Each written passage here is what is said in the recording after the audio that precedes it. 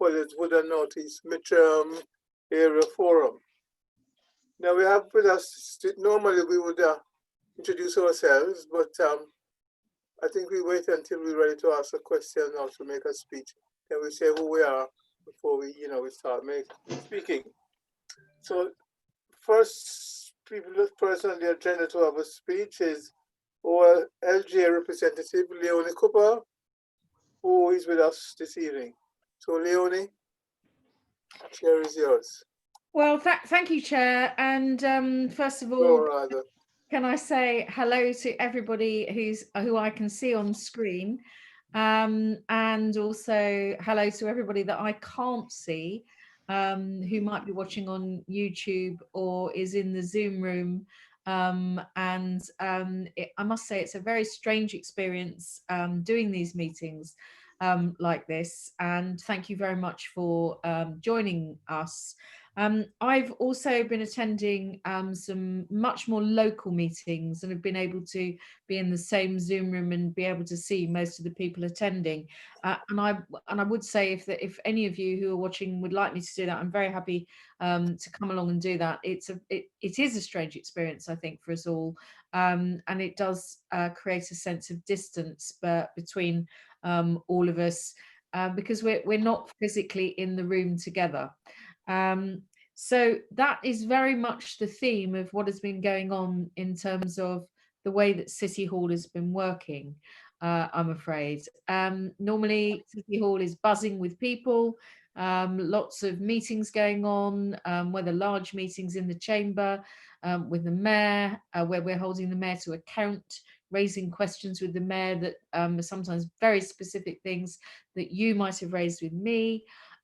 Or there'll be smaller meetings talking to people in the planning team or in the transport team or the housing team about issues.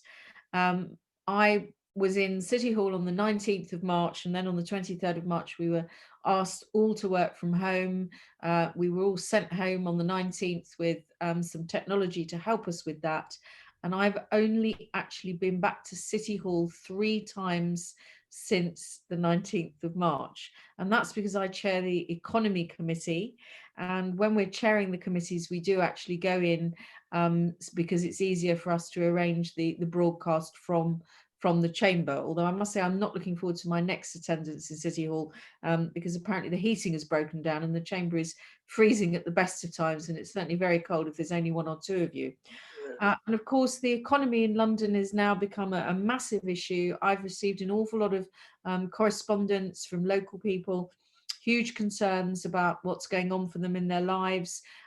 So we've been looking at what's happened to businesses locally in Merton. We've been looking at what's happened to individuals who've been furloughed in Merton, and also obviously in Wandsworth, the other half of my constituency. It's been a difficult time for many Londoners, and that's what we've been looking into. We've also been looking at what's been going on the high street. We'd started that investigation indeed before lockdown, and we've had to continue with that, but also in a completely different context. So that has all been very difficult. And then the other area that we've been focusing on a lot is through my work on the Housing Committee, where obviously there was a big effort was made to get people who are homeless into somewhere to keep them warm and to keep them safe. And it would also help with stopping the spread of the virus. And in my role in the Environment Committee, where we've been looking at what has changed in London's environment. And there have been some benefits, huge benefits actually, improvements in air quality, some of which came about because of the launch of, first of all, the T-Charge and then the ultra low emission zone, the ULEZ in central London. And there was a massive improvement in air quality. But that was then built on, indeed, because a lot of people stopped driving around after the 23rd of March. So we've been looking at that and how those changes have manifested themselves for Londoners. And I don't know whether it is possible for us to take questions, but I'm very happy to answer any questions on any of the planning issues, the transport issues, the policing issues, or the specific issues that the committees have been focusing on. Thank you, Chair. Thank you, Leonie. Now I have to ask, are there any questions Let's see if we can get an answer. Any questions for Leonie? If anyone is watching on YouTube and would like to put a question to Leonie or any of the speakers tonight, they can email get involved, it's all one word, lowercase, at merton.gov.uk, and I'll see those messages and make sure those questions get put. Thank you, Chris. Okay, so now we have an update of the council by Stephen British, the leader of the council. Stephen. Stephen. Thank you, Chair, and thank you for inviting me. I attend and do an annual report at each of these forums, and I'm delighted to be here at Colliers Wood. So I'll first talk about COVID-19 and what we're doing and doing our level best to safeguard and protect our residents from this awful pandemic. I'll talk about that, talk about the number of people shielding, talk about the food banks and the voluntary organisations helping, talk about the number of rough sleepers we've now put into accommodation, and talk about how we're helping the small businesses by pushing out the grants as fast as possible. Then I'll go on to some non-COVID issues. We've got a new mayor in Sally Kenny. We've had our annual council meeting, and then talk about the return of what is an amazing story, a fairy tale, magic sprinkling during these very, very difficult dark times of a football club kicked up to Milton Keynes and now coming back to their natural home, not just back to the borough, not just back to a place in the borough, but actually to the very same road where their club used to be years ago. So, Chair, sadly, and our hearts go out to families, friends and colleagues who have lost loved ones as a result of COVID-19 in this borough as residents of the London Borough of Merton. And sadly, today that's 205 dear people, and our hearts go out to their friends, families, relatives. 38 of those were victims of care homes, and we continue to have a great relationship and a warm and close relationship with our 21 care homes here in the London Borough of Merton. Now, we've all seen the news, the awful news that people from our BAME community, our Black and minority ethnic community, are twice as likely to die from COVID than other people. And so we're doing a piece of work through directors, through BAME Voice, through ethnic minority organisations to get to the heart and to see whether we can, as a public health authority, address those issues of inequality.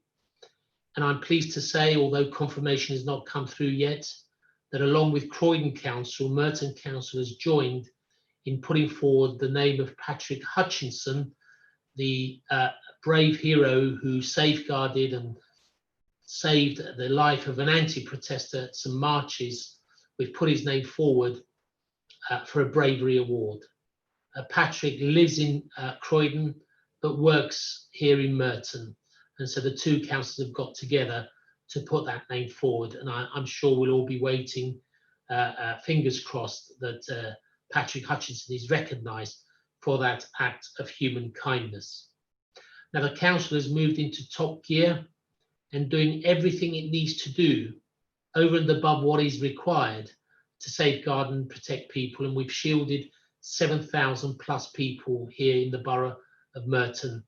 That means we've contacted that number of people to make sure they're okay, they have help. And our voluntary sector has gone the extra mile. That's Mutual Aid Merton, Don's Local Action Group, Common Side Pollard's Hill Horizon Centre, working with food banks, Ellen Church in Kingston Road, with our fresh food offer as well. Many people turning up and being looked after by our great volunteers from Wimbledon to Pollard's Hill throughout the whole borough, and I pay tribute to all those volunteers and all those workers. And I also have to thank our two members of Parliament, both Siobhan McDonough MP and Stephen Hammond MP, for all their efforts and their continuing work during these difficult times. And obviously we're joined here by Leonie Cooper, our Assembly member, who I know also represents her residents throughout Wandsworth and Merton at the Assembly, but does sterling work and does her level best, and normally achieves this in going to both visiting residents in Wandsworth and in Merton. We are blessed to have her as our Assembly member. Other facts and statistics with regard to our work on COVID. Residents do want services open, and we're glad that our libraries are now open. The Garth Road Recycling Centre is open 7 days a week, but booking Monday to Friday, but no need to book at the weekends. So from 8 AM on a Saturday or a Sunday, no need to book to help us with recycling. On the business side, I'm pleased to report that we were third in London amongst the 32 boroughs of London, plus the City of London Corporation making us 33. We were third for the speed and the efficiency with which we gave out grants, monies provided by central government to us. But the key was to be efficient and to get that money out as soon as possible to the deserving businesses that qualified. And so we have given out all that money and helped over 2,000 SMEs here in the London Borough of Merton. There are some who are still waiting, who we couldn't help because the criteria and the level of money just wasn't there. But we are helping in other ways through business rates, and we have, where we are the landlord, we have waived rents and we're not pursuing debts in the height of the pandemic. We have agreed an emergency transport strategy, and there are 28, roughly 26 to 28 school streets to encourage residents to take their children to school, to drop them off and pick them up without recourse to cars. And we're engaging through an experimental way of doing things. That is, the governor's asked us to do things and consult whilst we're doing them. I know that's a bit different from how we used to do things, but that's the way the governor's asked us to engage with residents on these issues, including low traffic networks. I'm also pleased to say that we have helped those unfortunate enough to be out on our streets, and we've helped over 52 into accommodation. There are about 8 who are still rough sleeping. We've spoken to them. It is something that they want to carry on with. They've thanked us for the offer, but there are some who do want to stay out on the streets. We're not going to cajole or harass, but we hope that the government will then now give us money to make sure those 52 that are in accommodation do stay on in accommodation. With regard to the latest state of play on COVID-19, there is talk that some boroughs of London are getting it harder than other boroughs, and it is true. Sutton, Merton are at the lowest end. We have about 17 per 100,000 with infection, which is quite low compared to other boroughs, but we're all in this together. We're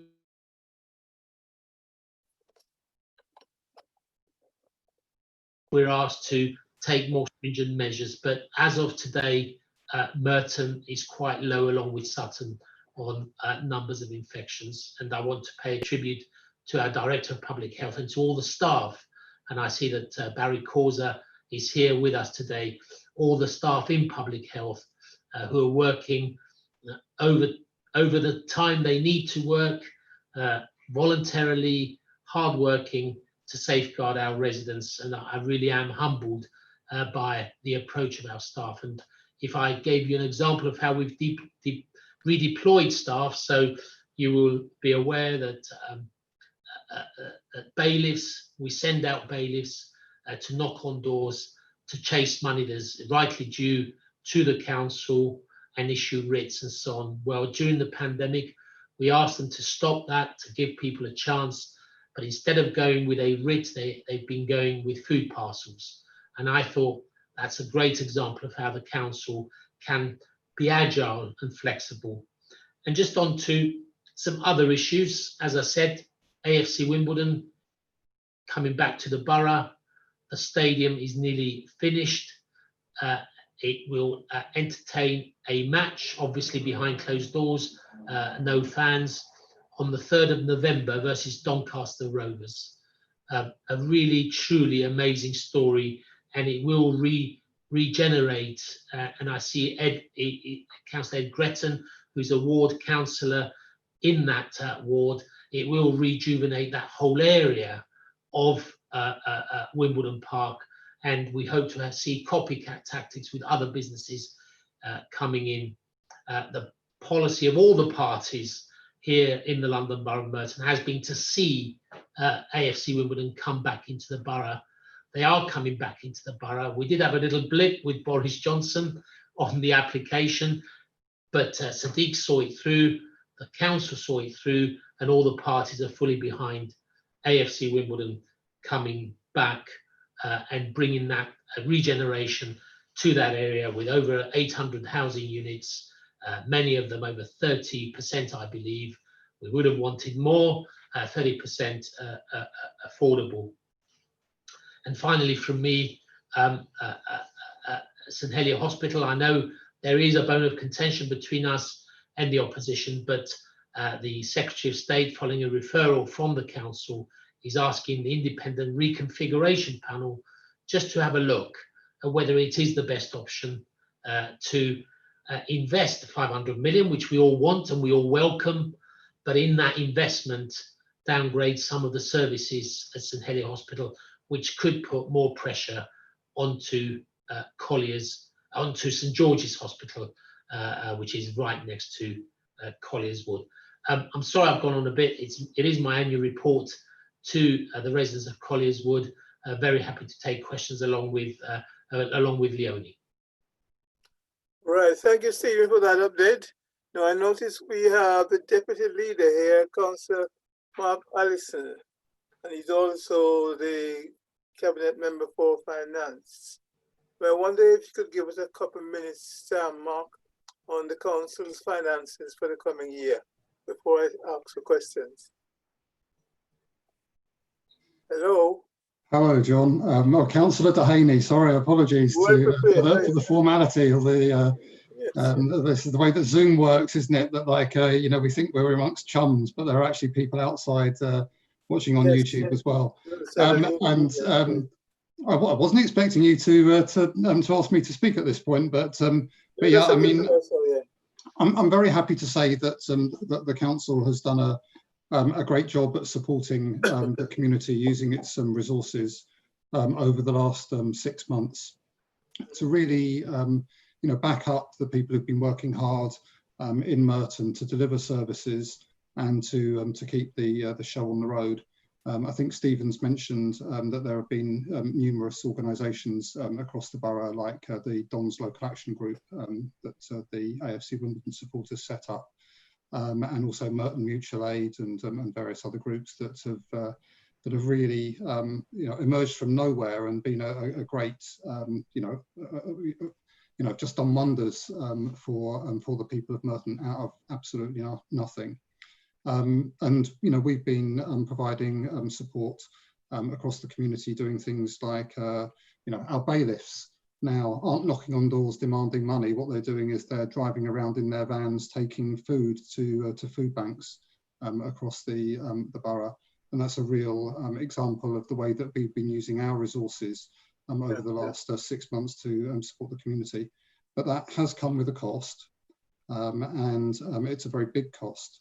And at the outset of the coronavirus, the government said that we should do all that we need to do in order to support our community, and that they would fund us for that. And the government, to be fair, have done some very, very good things.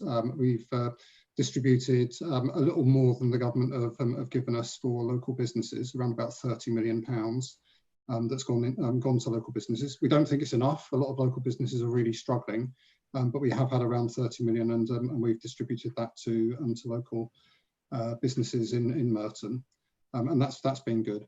But overall, we estimate that, that in the region somewhere of about £27 million is what we have spent on dealing with COVID and helping our community, that hasn't yet been reimbursed by the government. So the people of Merton are out of pocket by an additional £27 million. And just to put that into context, that is just over a quarter of all of the money that we receive every year in council tax. That's how far short the government is in providing us with the money that we need. And I know the government's got a lot on, and I don't like to use these meetings to have a go. And I do hope that they will listen to the concerns of us and other local councils and properly reimburse us in future. It hasn't happened yet, but there is time. But the result of this £27 million is that we will have to dip quite significantly into reserves, and also that in future years we will have to make very significant cuts. So we're estimating cuts of about £17 million to council services starting from next year as a result of the government not reimbursing us, and that obviously does have will have a very big impact on services for local residents. It'll be a real price to pay, unfortunately, as a result of it. Now, hopefully, as I said, that will sort itself out. But as we're looking at it at the moment, it is a very, very worrying time. Not just for us; like other local authorities are probably in a worse position than we are. But yeah, that is ultimately the position, and it'll have an effect on people living in Colliers Wood and my ward of Lavender Fields as well. But we'll do our very best, as we have over the last 10 years when money has been reduced as well, to keep that impact as little as possible and to carry on providing good services for our local residents and keeping satisfaction with our services high. People love the way that our parks have worked, for instance, over the last 6 months. It's been a real asset to our community, and we want to keep those sort of services going. We want to keep people in our care homes safe, and we want to keep our children safe. You know, we want this to be a great place for families, and I think that's what Merton is, and that's what we're setting out to do. So thanks, John. I'm sorry if I've gone on, but yeah, yes, fine. Thank you, Councillor Allison, for that update. Now, are there any questions for the leader, Stephen and British, and for also any questions for the deputy leader, Mark Allison? Any questions? Yes, Councillor Gretney, you have a question. Oh, I'll ask a question. Thank you very much for having me tonight at the Colliers. Yes, okay. Very kind. Thank you very much, and thank you, Stephen, as leader of the council, outgoing leader of the council, for your introduction, and Councillor Alson as well for what he's just said. I just wanted to ask about the 75p in the pound that Robert Jenrick said that he's going to fund the council for its losses. I know that that's probably quite a big sum that's coming the council's direction, and I'm not sure that Councillor Alson has quite yet got around to factoring in that in his projections, whatever the council's financial position might look like. So has Councillor Alson got any update on that 75p in the pound for the council's losses that he might like to share? Is there an update on that yet? How does that impact his own the numbers he's just referred to about what the council's losses may or may not be? Thank you very much.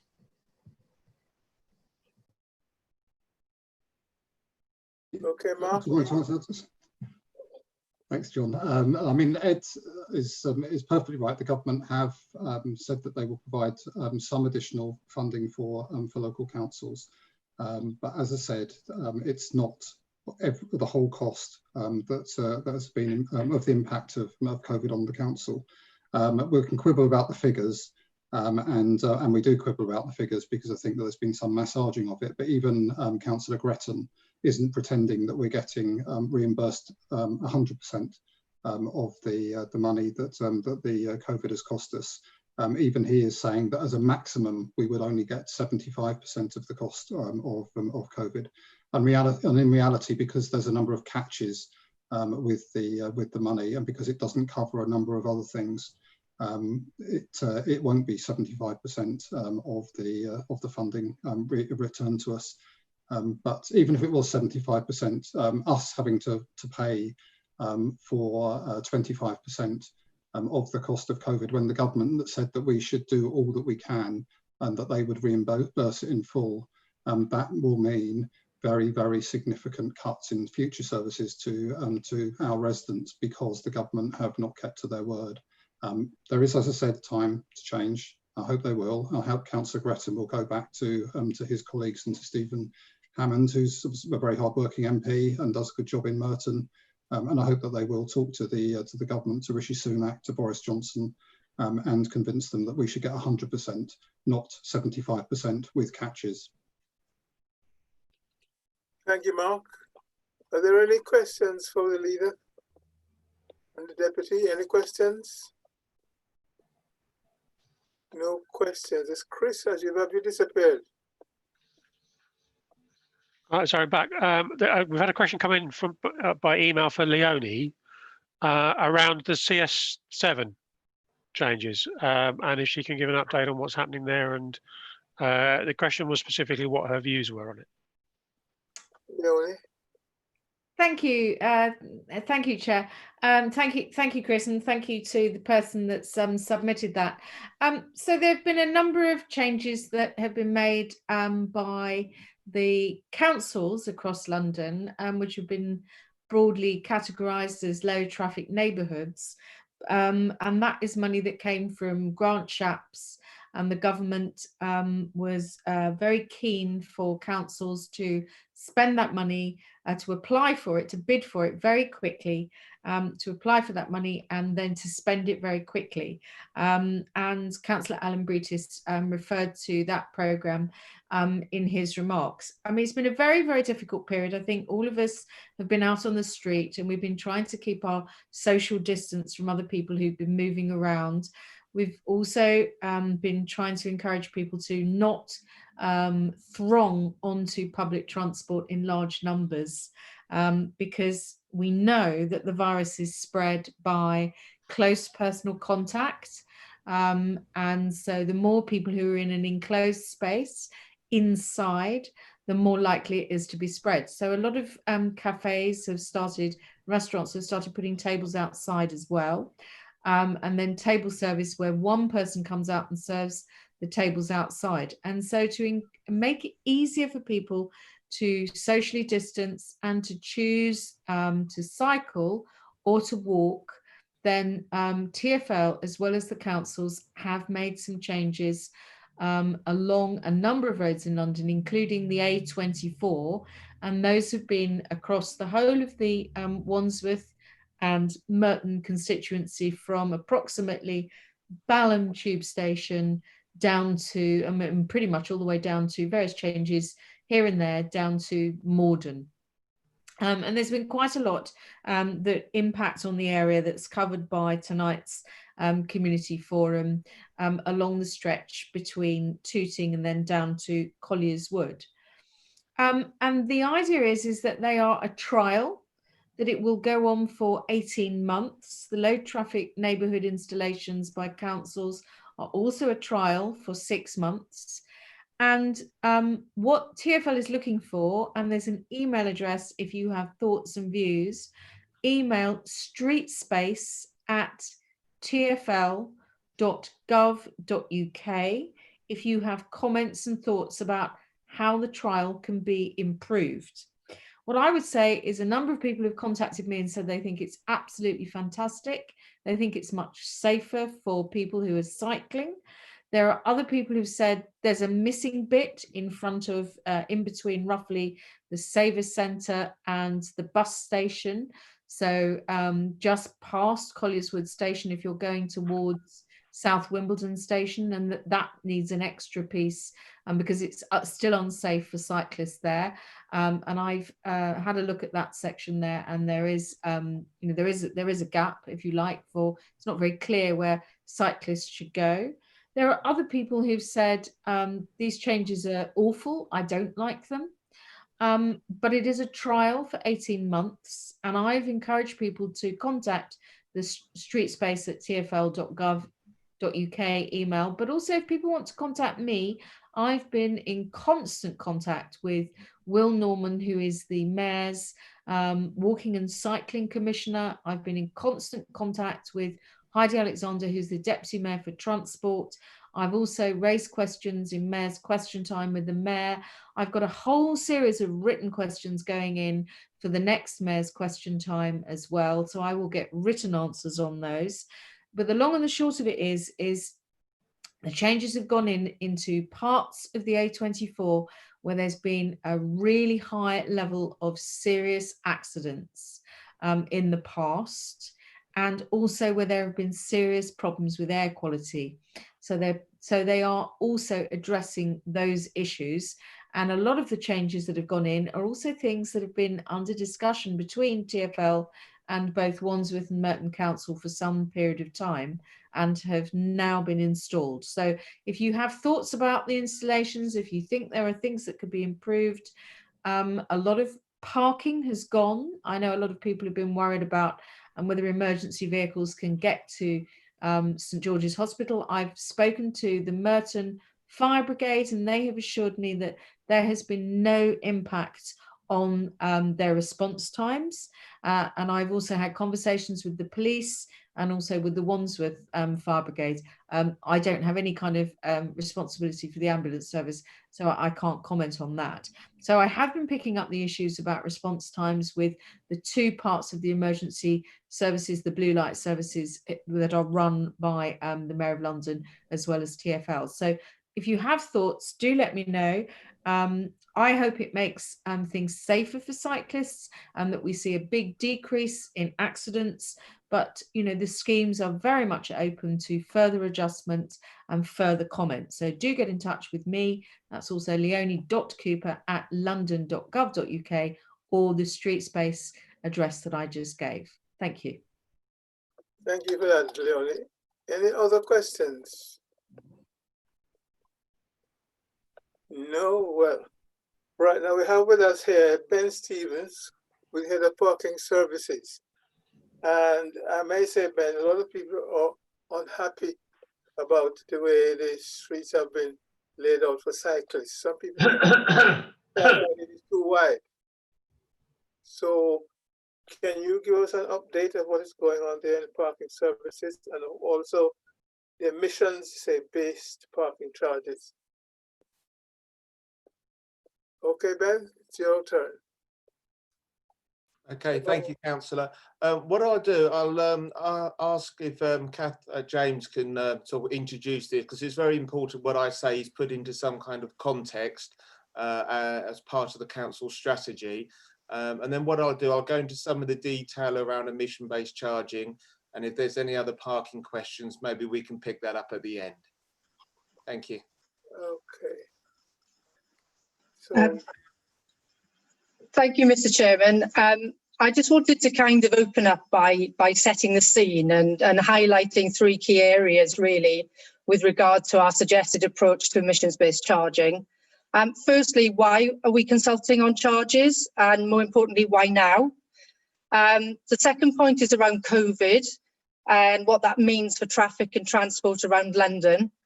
And the third point is really about the council's suggested approach to how it might deal with this. So if we take the first point about why now, I think the simple answer to that is because it was always planned. The consultation we carried out 18 months ago for the charges that were introduced in January of this year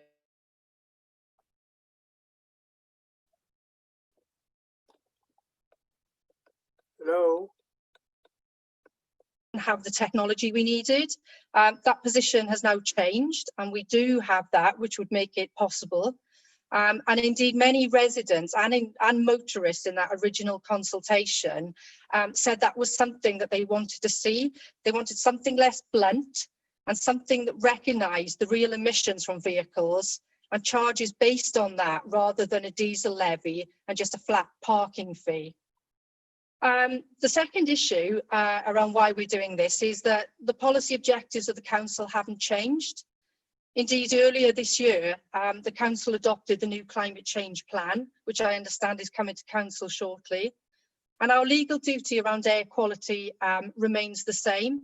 Our policy objectives with regard to public health, particularly around diabetes, obesity, and encouraging people to engage in more active travel hasn't changed. And I think it's fair to say we're now able to introduce a more sophisticated approach to charging for parking and resident permits based on the polluter pays principle.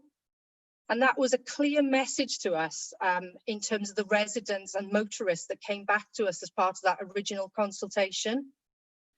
This approach recognises that some vehicles pollute more than others, and indeed some diesel vehicles are less polluting than older petrol vehicles, and we've taken note of that. I think the second point I wanted to raise is in relation to COVID. A number of comments that have been raised with us say, well, hang on a minute now, public transport at the moment is very different. The world has changed post-COVID. Capacity on buses and tubes is a lot lower. But we know that before COVID, the levels of motor car usage in the borough was very, very high. During the COVID period and just after lockdown, that reversed and those levels reduced quite considerably. We saw greater use of cycling, bicycles, walking around the borough, and not just in Merton, but across London in general. But we know again that that's now reversed. Looking at some recent figures from Transport for London, we can see that car usage levels are at approximately 153% higher than what they were at pre-COVID levels. That's not the case in inner London, but that's certainly the case in outer London. We don't expect that to be a permanent situation. And once we get through the coronavirus, whenever that's going to be, we would expect to see a greater usage again with regard to people using public transport, and people are going to need those facilities. We are inevitably still planning for the future. We delayed the consultation because we were in that situation in lockdown. The consultation should have started in spring of this year. Indeed, it was agreed by Cabinet in early February, but we wanted to allow the COVID situation to progress and to wait for a time when we felt that the consultation would probably be more meaningful. And my last point really is around the approach. I think it's fair to say it's important to note that what we're consulting on now builds on our original consultation. We engage with residents and motorists, and at the original consultation foundation was PTAL, the public transport accessibility levels, and whether people enjoy or don't enjoy good access to transport. And secondly, what sort of duration you have around the controlled parking zones. What this now does is it adds to that foundation the polluter pays principle. One of the key points to note is that in parking, we don't have extensive powers that we can use around this area. And a common question we often get is, well, what about motorists that drive through the borough? We have no control over that, but we do have controls over some things. If people park or buy a permit within the borough, then we can control that. And what we want to do is to use the powers that we have proportionately to effect and deliver the policy change around climate change, around air quality, and importantly, public health. We want to make things simpler for the motorists. Ben will go into more detail, but our proposals are based on the ULEZ scheme, which I know Leonie Cooper mentioned earlier, and the success of that scheme. So we'd like to replicate that within the borough. And it's also a much less blunt approach. It's understandable, and as I said earlier, it's proportionate and it's based on the polluter pays principle. Finally, I think it's really important to say that this is consultation, and we are very much actively listening. We will take into account all the views that we hear and we receive as part of the process. And having set that context, I'd now like to hand over to Ben, who has some slides there to take you through the detail of the proposals that we have in mind. Thank you. Okay, Ben, and are you ready? What's this? Oh, heck. Okay, so thank you very much for the opportunity. These slides will have quite a bit of what Kath has mentioned as a standalone presentation. So I will go through it slide by slide, but there's some areas I'll move on because I think, I say, Kath has covered that in some detail. So if we go just to the next slide. So what is being proposed, I'm going to just talk about, and then the concept and the background to where we've got to. Why, and Kath again has touched on that, it's public health, it's air quality, more sustainable transport being used, and a little bit of detail about how the proposals will work. Importantly, at this stage, I will flag up what is not part of the consultation.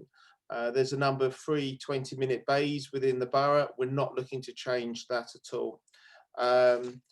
The electric charging that is cheaper currently, we're not looking to change that again. We have carers permits, so if you're a blue badge holder, it entitles you to a number of concessions and free permits. We're not looking to change that at all. We have currently discounted season tickets for residents and local workers. We're not looking to change that. So a lot of the building blocks that we built upon in trying to help those that need the car through mobility issues and local residents with season tickets, etc., we are not changing. So it's important to add that. And as Kath again said, this is a consultation, and I'll leave you some details on how you can have your say and leave your representations with us. So next slide, please. Okay, so this is just a recap. It genuinely is building on what we had and the principle of polluter pays. So just to touch on this again, it's for the permit charges, your residential permits, business permits, trade permits, but it's also for on and off street parking. And by that we mean parking in a car park, or parking on the shops on the high street in a pay and display bay. So these charges will affect all those parking events. Okay, next slide, please. Okay. This is just, you know, is what Kath's picked up. It's climate change, it's air quality, it's public health. It's a theme and it's an agenda the council has been working through for a number of years. And in more recent years, we've been working, you know, in parking services closely with our colleagues and working together to address these issues. But there's some startling facts in there. You know, 9,000 premature deaths, you know, we need to address this. And that's why Kath has rightly raised that as part of our strategy over the long term. So it's quite clear why we are doing this. Next slide, please. Okay. So some of the outcomes really, I suppose, of why we're doing it is we want to encourage sustainable transport. We want to improve the health of the borough, less diabetes, obesity. These knock-on effects will improve the air quality. We will reduce the carbon. We want more vehicles. If you still do need a vehicle and there isn't an alternative, walking and cycling, for example, that a ultra-low vehicle is chosen. And what we're doing in the background and working with colleagues in future Merton is ensuring that there's enough electric charging bays and the infrastructure to support these changes is there. Increased use of car clubs. This is something that is developing over more recent years, and access to car clubs is easier and cheaper than ever. And it is a genuine alternative to having a car sitting on your drive for 4 or 5 days a week and only using it very occasionally. Car clubs could be an alternative. So we're looking at a whole range of initiatives here to help achieve the health, the air quality improvements that we're trying to do. Next slide, please. Okay, so just now a little bit more about how this is going to work. Cass rightly said we currently charge based on where you live. It's called public transport accessibility levels. So the nearer you are to really good public transport, the slightly higher the permit charge is currently. And so that stays and remains. We're building on that. And so what we will do is base the charge of your permit on the tax disc rating that your vehicle is on. So when you get your tax disc, if you've got a good vehicle in terms of emissions, it's cheaper. And if you've got a poor quality car in terms of its emissions, then you would pay more on your tax disc, for example. And we're mirroring that logic and that structure. So it's just a guide. So we go from category A, which will be in effect an electric car and very cheap, through to category M, which will be a very highly polluting vehicle, and you would pay a higher charge. So if you look at your logbook, or you can go onto the web and type in your vehicle, it will tell you what your emissions are. And on our web page, you will be able to work out what category you're in. We also have currently a diesel levy surcharge. We're looking to replace that. And again, as we said before, there are some newer vehicles that are diesel that are less polluting in terms of their NOx emissions than an older petrol one, for example. ULEZ have identified this in the last few years, and that's how they base their charging. And it is familiar with a lot of people in the London area in particular. And so what we've done, we're replacing or proposing to replace the diesel surcharge with this ULEZ-based surcharge. And again, you can go on to TfL's webpage to see if you will be liable to this charge. In very simple terms, if, for example, you're a Euro 6 rated vehicle, whether it's petrol or diesel, you wouldn't be paying the surcharge. But if you're a Euro 1, 2 or 3, one of the older ones, then you probably would be liable to the ULEZ surcharge. And again, point 4 there is about on and off street parking. So you turn up to park in a car park or on street on the high street there. And what we are proposing is that if your vehicle is not exempt because it's a good vehicle for the ULEZ charge, you may have to pay a £1.50 surcharge for driving that polluting vehicle to the high street each time you park. So that is being proposed as well. Okay, so next slide, please. Thank you. So just an example here, 1, 2 and 3, we're still basing it on location, and we have tier 2, which means it's an average link into public transport. And the area is enforced for part of the day. That's probably about 6 hours, so that's a middle period. And the charge would already be set now. But we're bringing in emissions, and on this particular vehicle, there happens to be an Audi A1, it emits 97 grams per kilometre.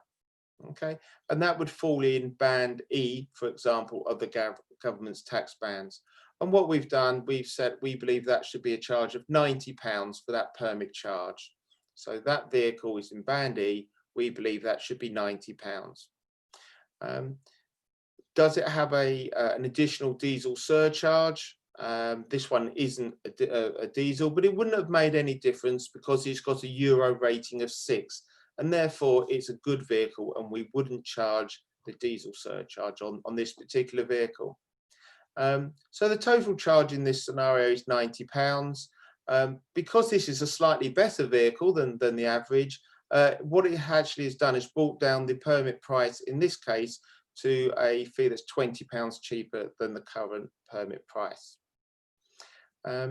So again, example 2, we mustn't forget the on and off street parking, and that will be a £1.50 charge, as I've mentioned, if your vehicle doesn't adhere to the ULEZ standards.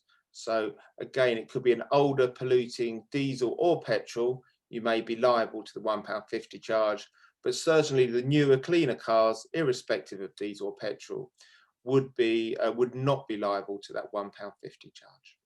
Okay, next slide, please.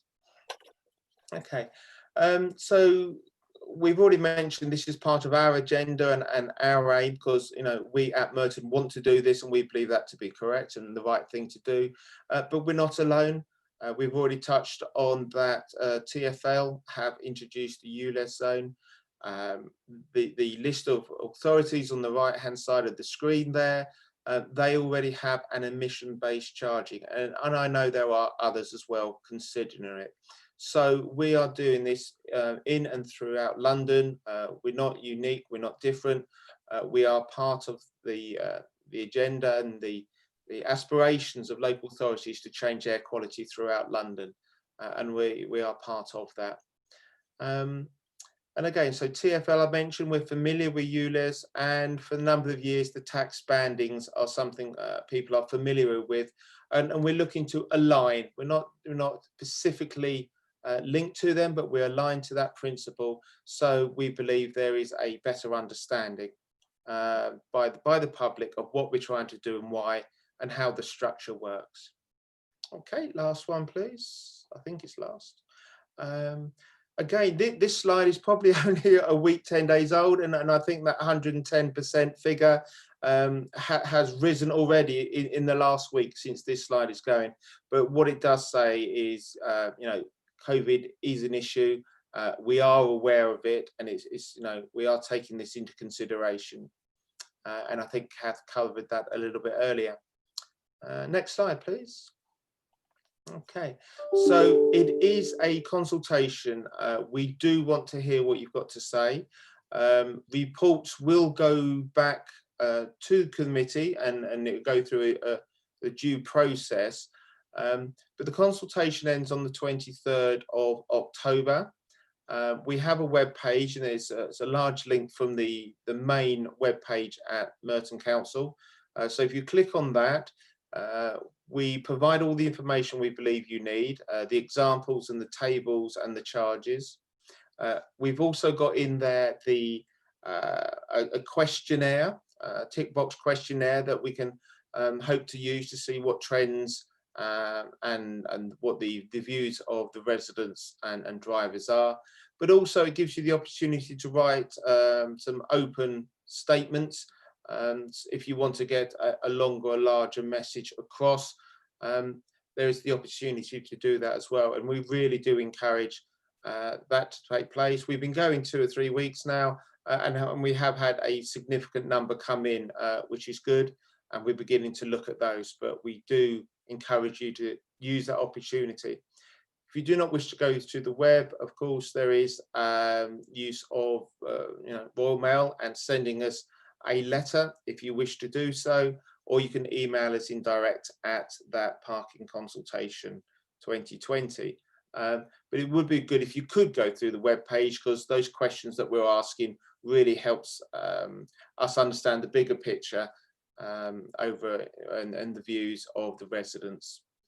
I think that's it. We just double check. Yeah, that looks like the end of the slideshow. So hopefully that was useful. And so we're happy to take some questions, Kath and I, but over to you, Chairman, on how you want to do this. Well, okay, thank you, Chris. Now, we notice that some of the roads are turned into one-ways.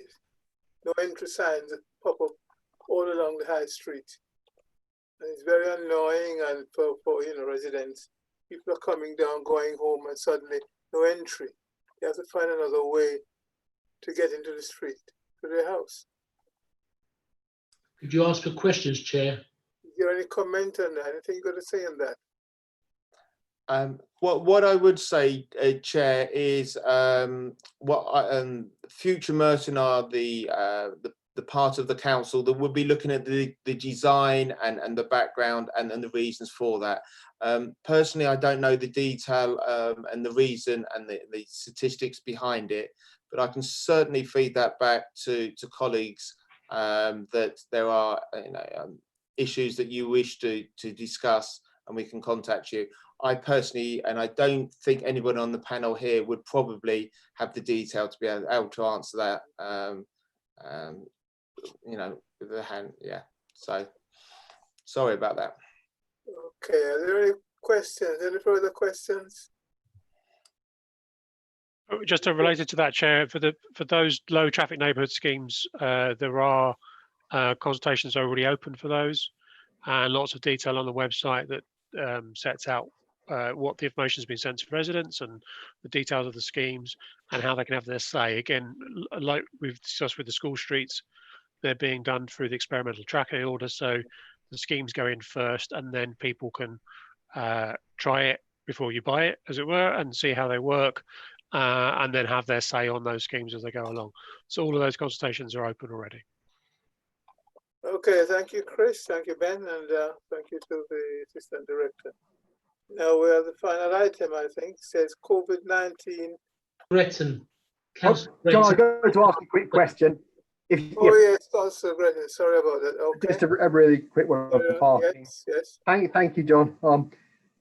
I think a lot of the residents are asking questions about the scratch cards, and sometimes the scratch cards are very quick and convenient. Maybe you've got a builder or a contractor coming to service something in the house.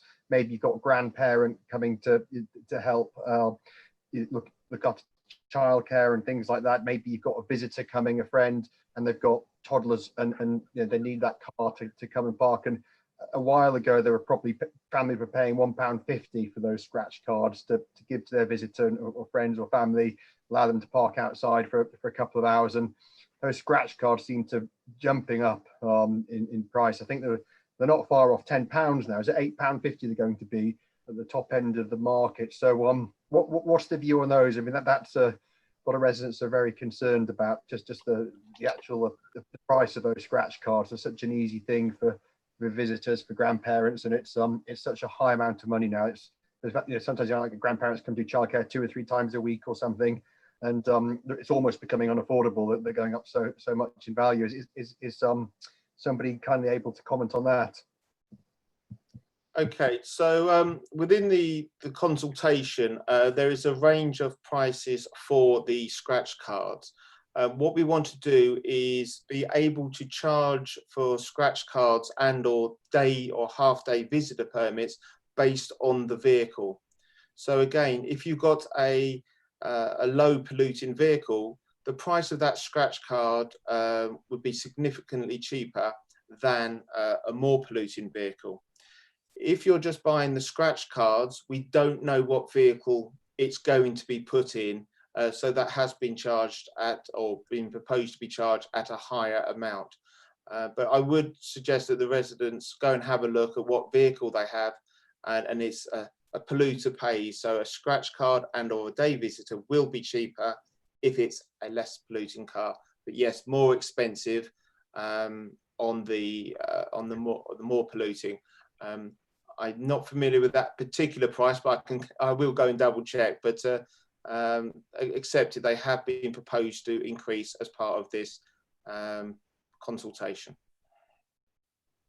And then just following up on the polluter pays principle, obviously some residents as well are asking questions about, there's a lot of polluting cars all around the borough.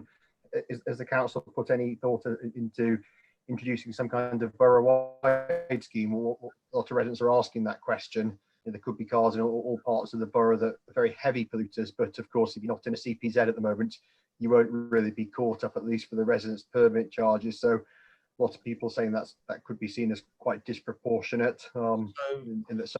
So what I'll might do, not be paying anything. Yeah, so what I'll do, I'll probably pass that to Kath, because what she did, she picked up on earlier. There's only so much that we can do, and absolutely through traffic is an issue that we need to address. But I know, Kath, do you want to just build on that a little bit? Sorry, I'm just trying to unmute my mic there. I think there's 2 things. I mean, in terms of the CPZs, the CPZs are resident-led in Merton. They are very much, locally driven in that regard, and that is, that they get consulted on and they get voted on. So those areas that have chosen to take on CPZs are aware that there comes a price to balance with that. But again, going back to what Ben has said, and probably reiterating what I said earlier, we don't have an enormous amount of powers in this area. And, the council's, needs to address air quality. It needs to nudge people in the right direction around those public health and sustainable transport choices. So we have to be doing and using the powers that we have at our disposal. But I appreciate that they will never be a perfect solution for everyone. Thank you. Leonie, can I ask you a question? How does the London may see these changes in parking and air pollution charges. Is there any agreement between the LGA and the local councils?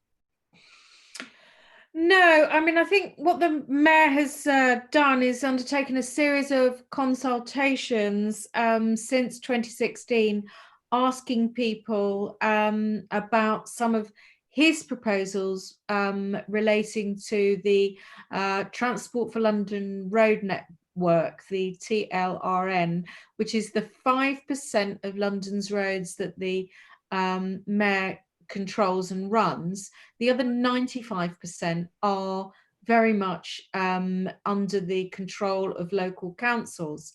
But the figures from the London Air Quality Network, which monitors what's going on in boroughs and the number of boroughs who've got air quality action plans and management plans in place, do show that across London, it's almost 10,000 people who die early, but the number of children who end up with their lung growth stunted, which doesn't result in death, but does really seriously hinder their growth, is huge. And so the mayor has been offering money to schools to put in green walls to create barriers between polluted main roads and schools, and has been encouraging boroughs to consider a range of options, but it is very much down to the borough what it's going to do. So it's not something that is controlled by City Hall, but because it is such an issue about the number of children particularly, and it also affects a lot of older people who've got chronic obstructive pulmonary disorders, COPD, and of course, these have now become known to be the comorbidities, as they've been called. So if you live in an area of poor air quality and you've got lung problems, and maybe you've also got diabetes, if you get COVID as well, it's much more likely to be very bad for you than if you don't have those kind of illnesses. So cleaning up London's air has become more urgent this year than ever before.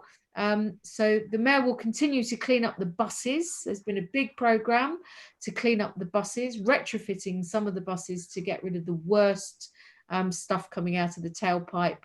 And earlier on, Ben Stevens was talking about the particles and the dirty gases coming out. So it's a joint operation where everyone knows that the air quality is bad for us. The councils are coming up with their own solutions, and the mayor would support them, but it's not something that would be imposed by City Hall. And in 2012, I'll just finish on this point, the WHO, the World Health Organization, said that diesel is a definite carcinogen. Now, we haven't banned diesel vehicles because we also know that,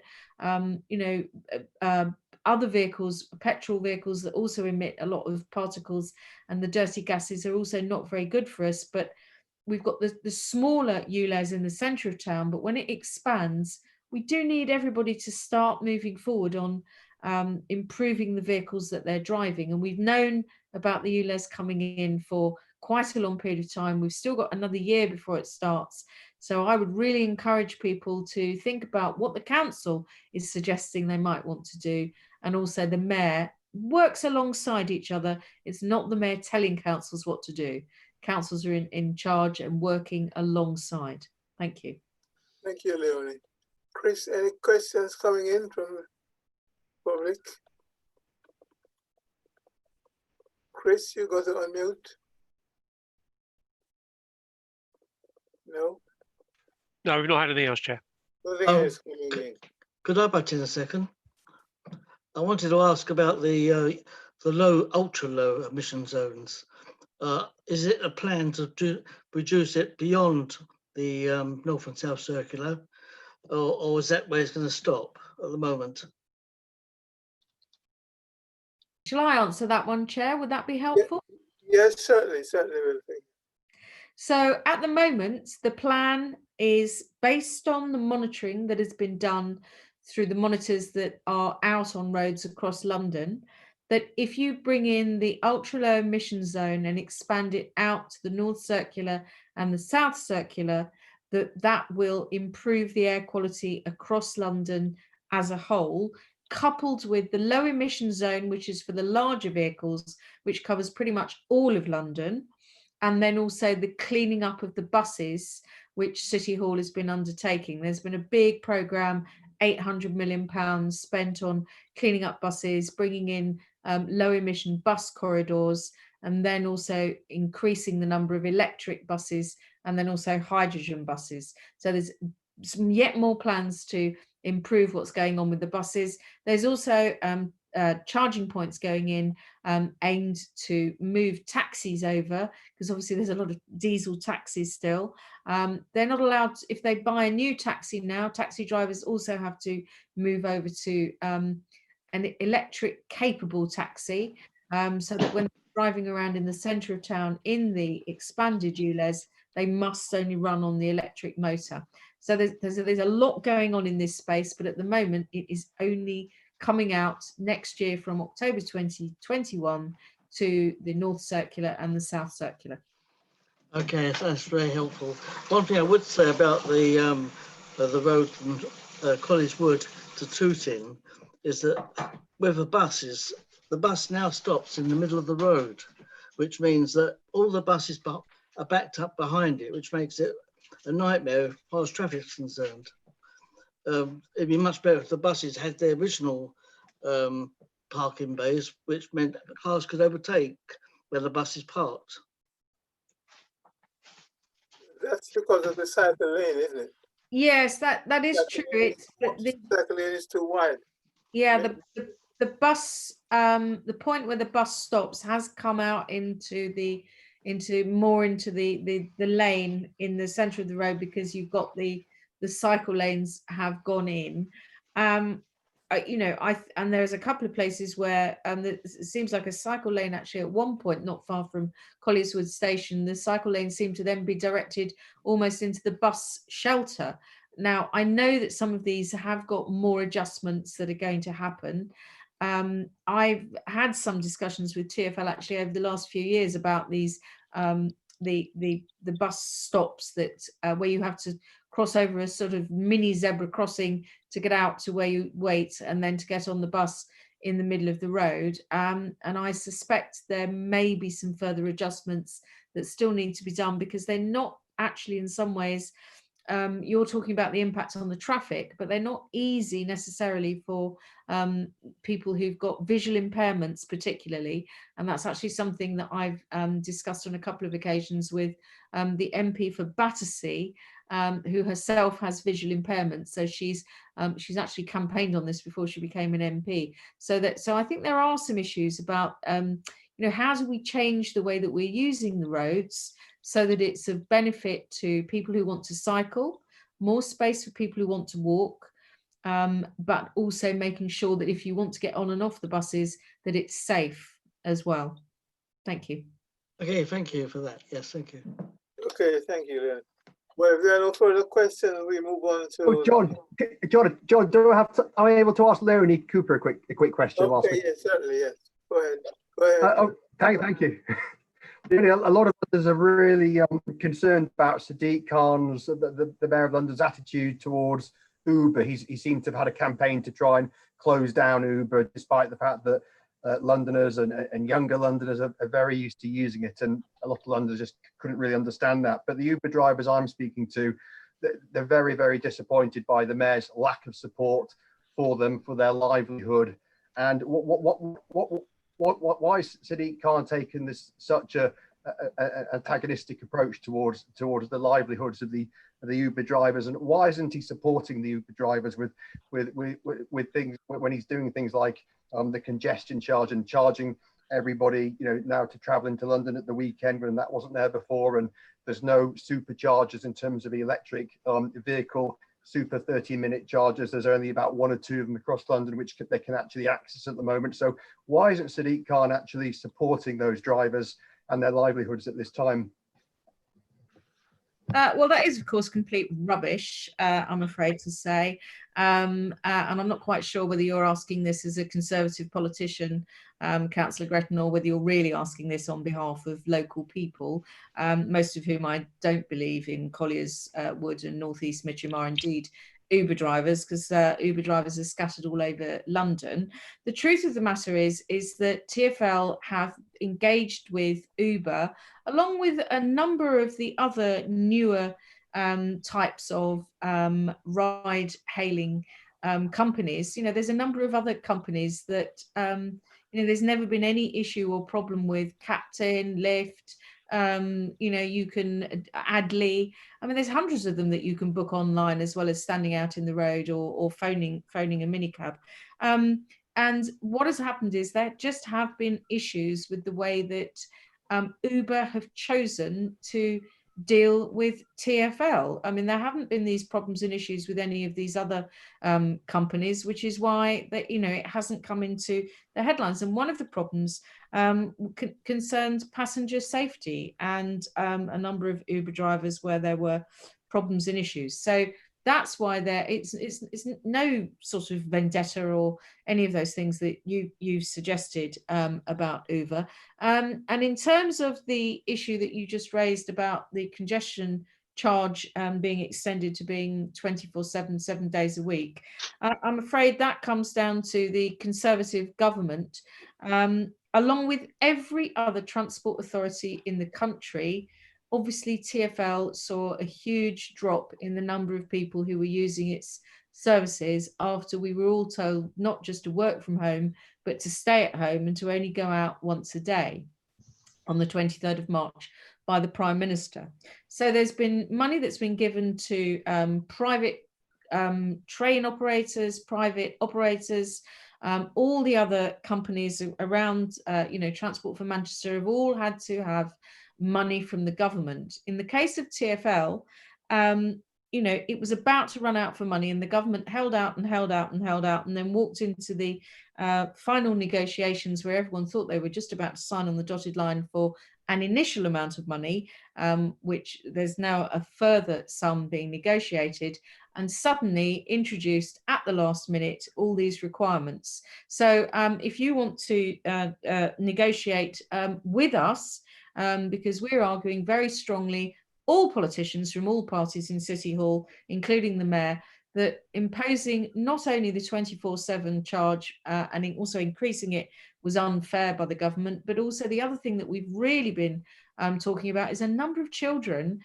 who travel to school, you know, trying to say that under 18 should no longer have a free travel pass. You know, the zip card should be zapped. It is ridiculous. So very happy if that's something that you want to write to Grant Shapps about, and I'm sure that you know, that will be very positively considered by all the other politicians in City Hall, where all of us are arguing in favour. And indeed, I believe the Conservative mayoral candidate voted along with Labour members, Green members and other members, Liberal Democrat members on the Assembly, to say, you know, you ought to be restoring, making sure you don't take away the under 18 travel card. So very happy if you're joining that that pressure on Grant Shapps. Thank you again, Leonie. Now we have the final item here is of COVID-19, and it's Barry Colliers who is going to update us on what is happening in the borough. Barry? Thank you, Chair.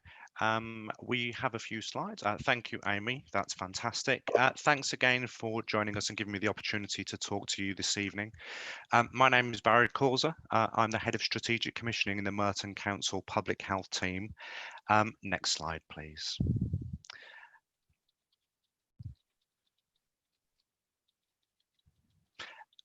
If you go, thank you, sorry. I'm going to cover the aims and the purpose of the discussion this evening. I'm going to give just a brief overview on some key messages related to COVID-19 for Merton, an overview of outbreak control, And then really importantly, to pick up some really important messages for community involvement and community action. And really delighted to talk to you about our Merton Community Champions as well, which you'll hear a little bit about later, but really is a key part of our outbreak prevention plans within Merton. And then I'll do my best to answer any questions that you might have. Next slide, please. Key messages for Merton right now, and Councillor Alan Brittas has mentioned this already. It's really important to say now that positive cases are increasing across London, and they are increasing in Merton. Within Merton, the number of cases are one of the lowest in London, but London is an amazingly special place, and this is really important for us because you might live in Merton, you might work in Sutton, and your kids might go to school in Wandsworth. And so it's really important that we recognise the fact that cases are increasing across all of London, and it affects Merton. And it's also really important to say that the cases that we're seeing, the surveillance that we have, we are seeing cases across all age groups. The press has picked up that lots of young people are getting positive cases.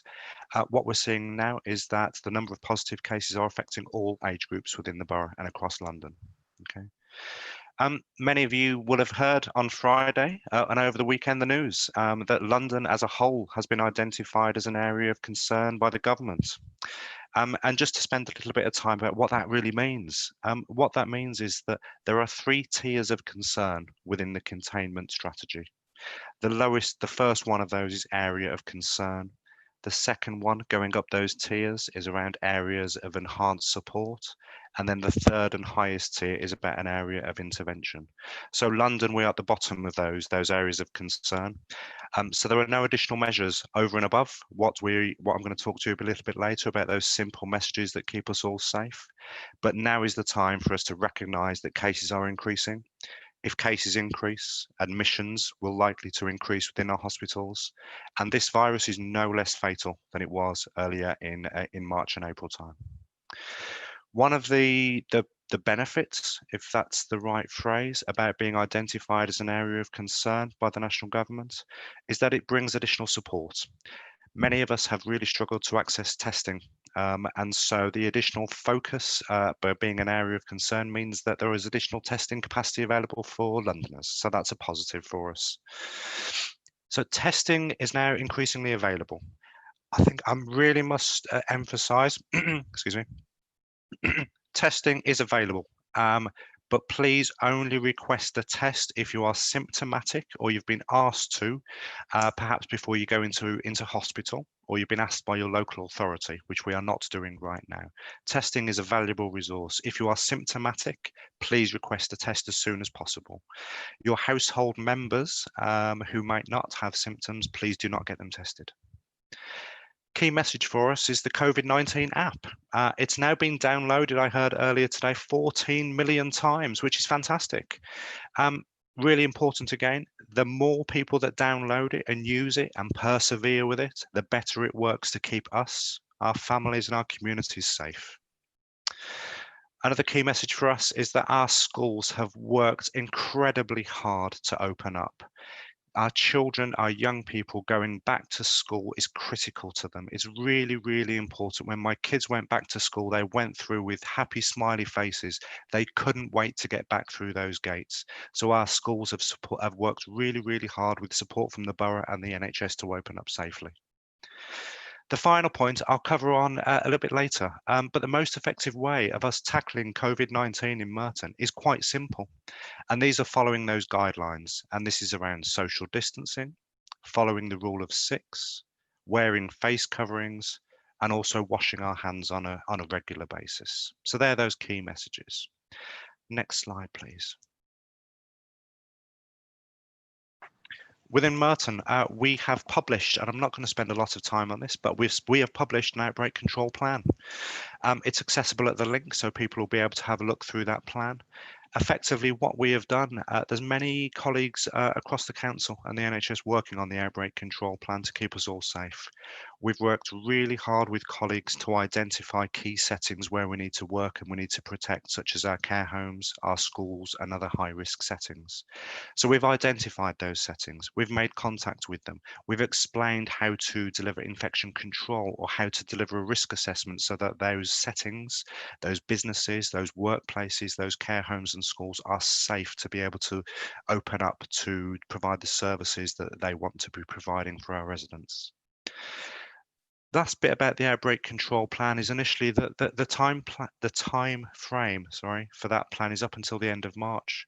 We are just starting what is going to be an incredibly tricky, high-risk autumn and winter period. So this is when we start spending a little bit more time indoors.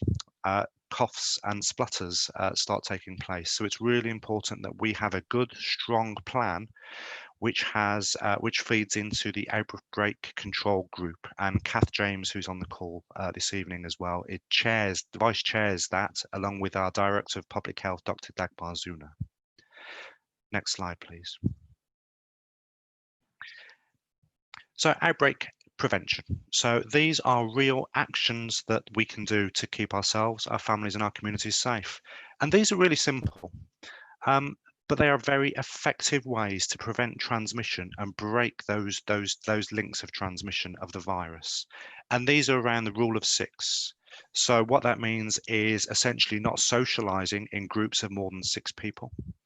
This is about washing hands on a regular basis when you return from home from going to the shops, when you get to work, when you return home from work, and on a regular basis throughout the day, washing your hands. Washing your hands kills the virus. Social distancing is really important. And again, we've heard these messages, we know these messages, but these are the things that are going to keep us safe. These are the things that are going to be mentioned because London is an area of concern. So keeping 2 meters away or 1 meter plus a face covering is going to be really important. Self-isolation. If you have symptoms or someone in your household has symptoms, then you'll be asked to self-isolate. And then the final point there is about face coverings. Please recognise when you need to wear a face covering when you go into a shop, and please ensure that that face covering covers your nose and your mouth. Symptoms. These are really important. High temperature, new continuous cough, loss or change of smell or taste. My daughter, give you a personal story. My daughter this morning said that her breakfast tasted weird. That was her cereal. We gave her some toast. She said that still doesn't seem quite right. So we gave her a yogurt. Same message again. So we've got her a test. We were able to get a test 2 hours later for her. Just recognizing those symptoms is absolutely critical to keep ourselves safe. If you need to access a test, you can get one from phoning 119 or by the nhs.uk/coronavirus website. Testing capacity has increased within London. And again, thinking about that community action, what are the things that we all need to remind ourselves to do?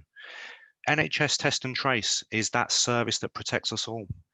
And if you have a positive test, Test and Trace will contact you either by email, text or phone and ask you for any contact details of someone that you've had close contact with.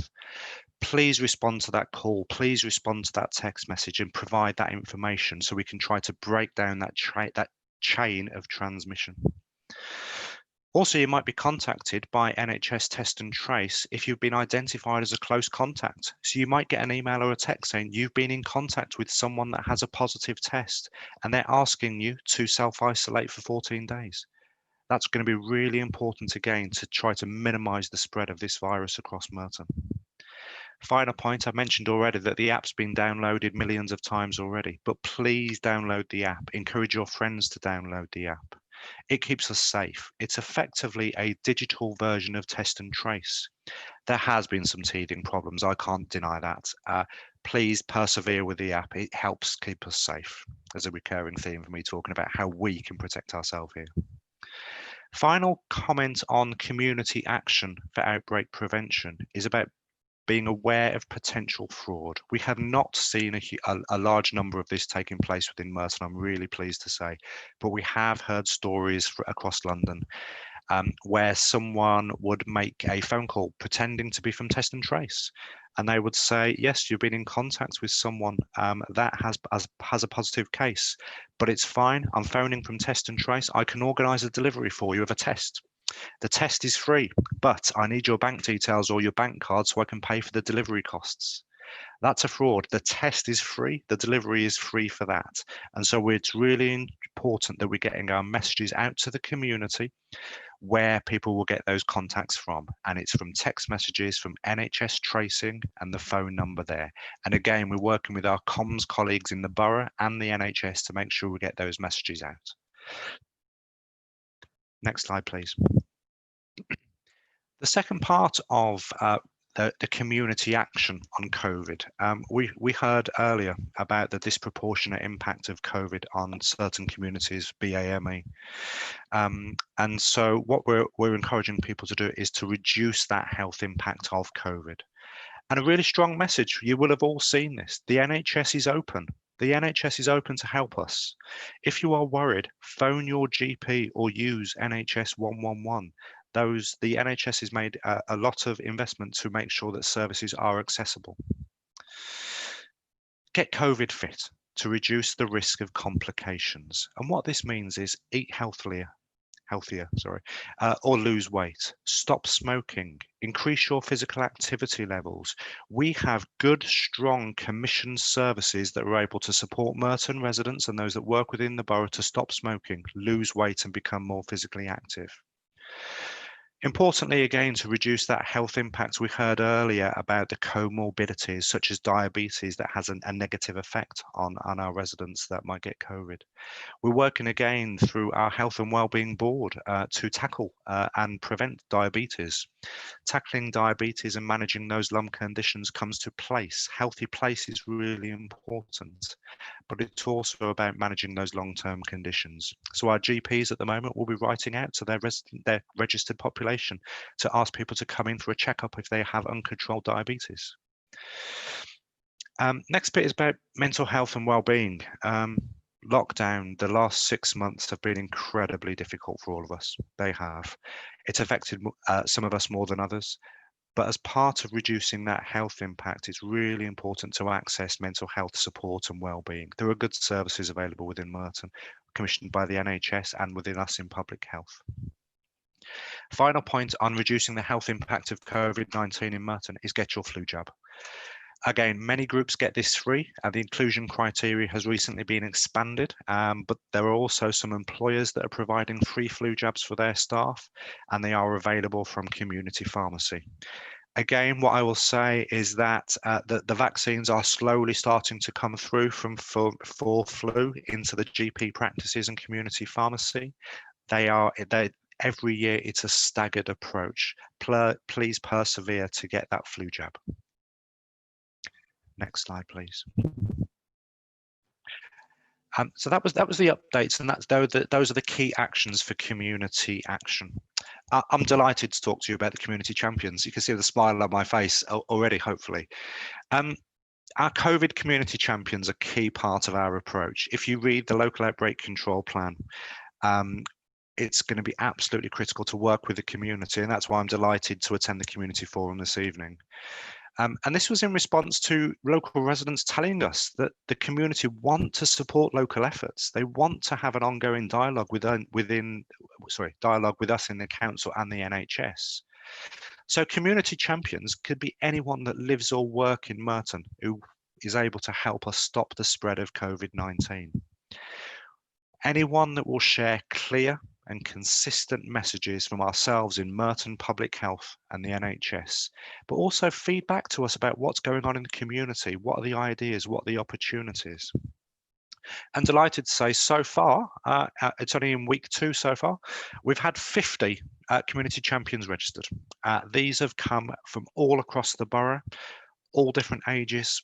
We've had councillors, we have residents, service providers, we've got officers in the council, officers in the CCG, a huge number of voluntary and community sector representatives. We've got clinicians, residents associations, and so this is a real fundamental part of working with the community on COVID.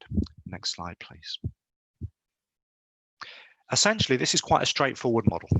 The community champions, they receive updates from us within public health, and that happens in one of two ways.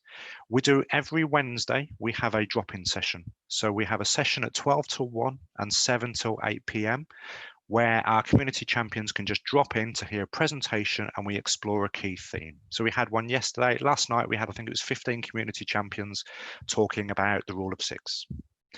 We also then send out those key messages on a Friday afternoon. So the champions, the community, the leaders within our community across Merton receive those key messages.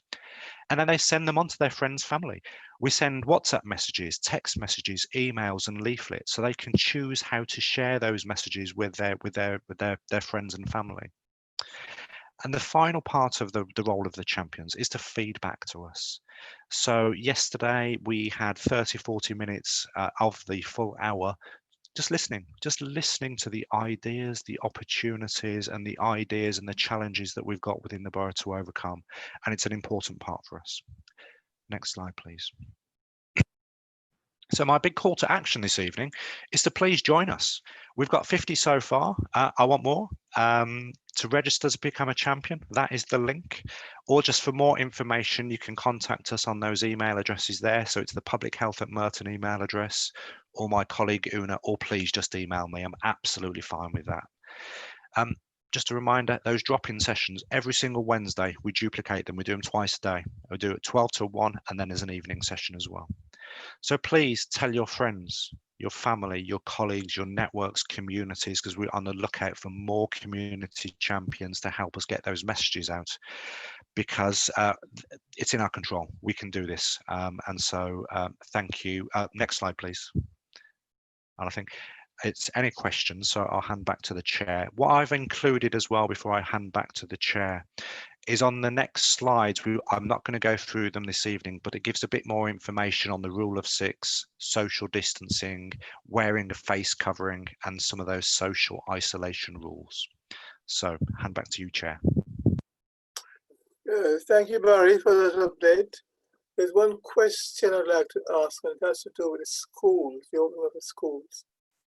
Are we happy that, the virus isn't increasing because of this opening of schools and children taking the virus out into the wider community to their parents or anything like that? Thank you. Yes, we are. The virus seems to be affecting children far less than adults. And our schools have worked incredibly hard to develop risk assessments that have been supported by the NHS, the head teachers, children's schools and families departments of the council, and ourselves in public health. There's been a huge amount of work put in place. We have seen some of the schools that have had small exposures or outbreaks, and we have followed up with those instantly so that we can work through our outbreak control mechanisms and our groups to be able to identify them, to support them, which is really important, in a similar way that we've been doing with our care homes. And then the schools are also now getting additional support from DFE on their schools COVID-19 helpline. Thank you for that, Barry. Any questions? Any questions for Barry? Chris, any questions coming in? No, Joe, we haven't had any questions coming. There are no questions. We hope we can get in a few emails to you to make sure that the public have participated in this meeting. Any questions or anybody else? Anything to say? Anything you have missed and you want to know? Well, if there are no questions or nothing else, thanks for coming. And with that said, the meeting is closed. Have a safe journey home.